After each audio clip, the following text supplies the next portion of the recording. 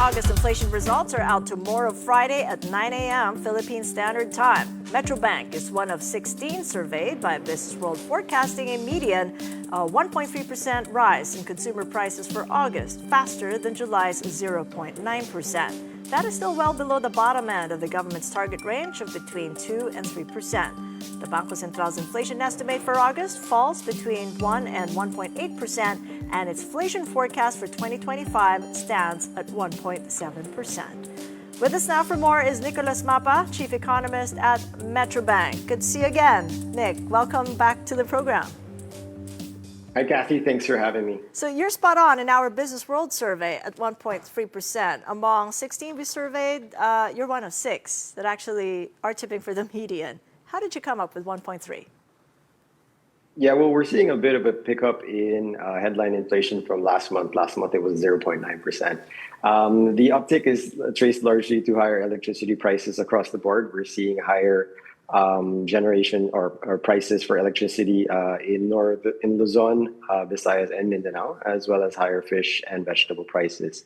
Higher vegetable prices, we're tagging this to, we did see a spate of storms that came in over the past few weeks, and that should impact prices for vegetables.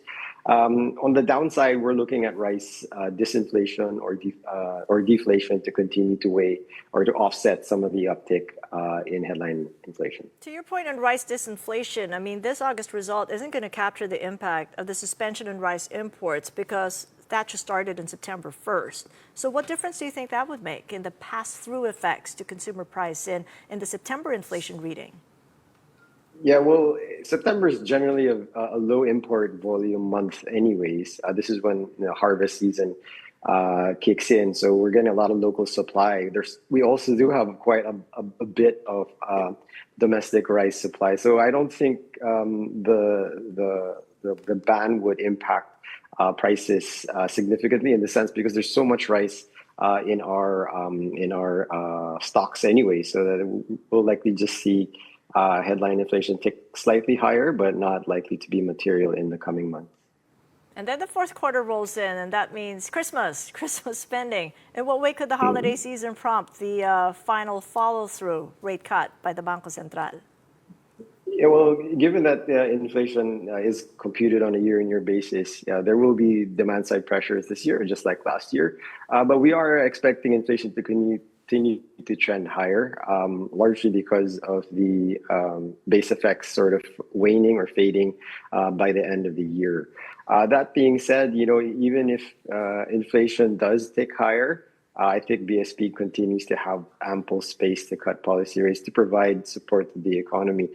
Kathy, we're in a situation now where we're seeing inflation at these levels. We tend to forget that just 30 months ago, inflation was 8%.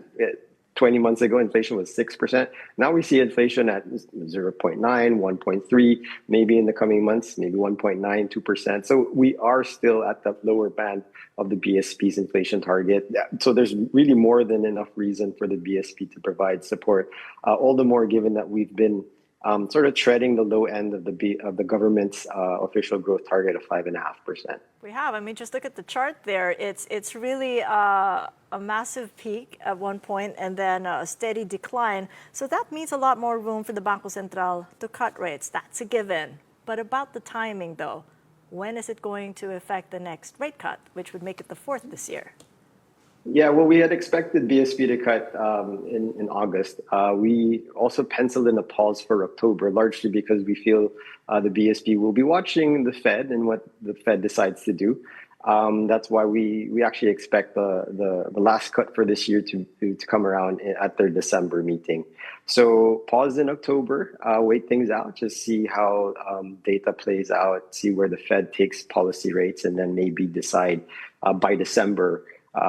With inflation still quite manageable, with growth still needing a bit of a boost, this could give Governor Remolona enough leeway to cut policy rates before the end of the year.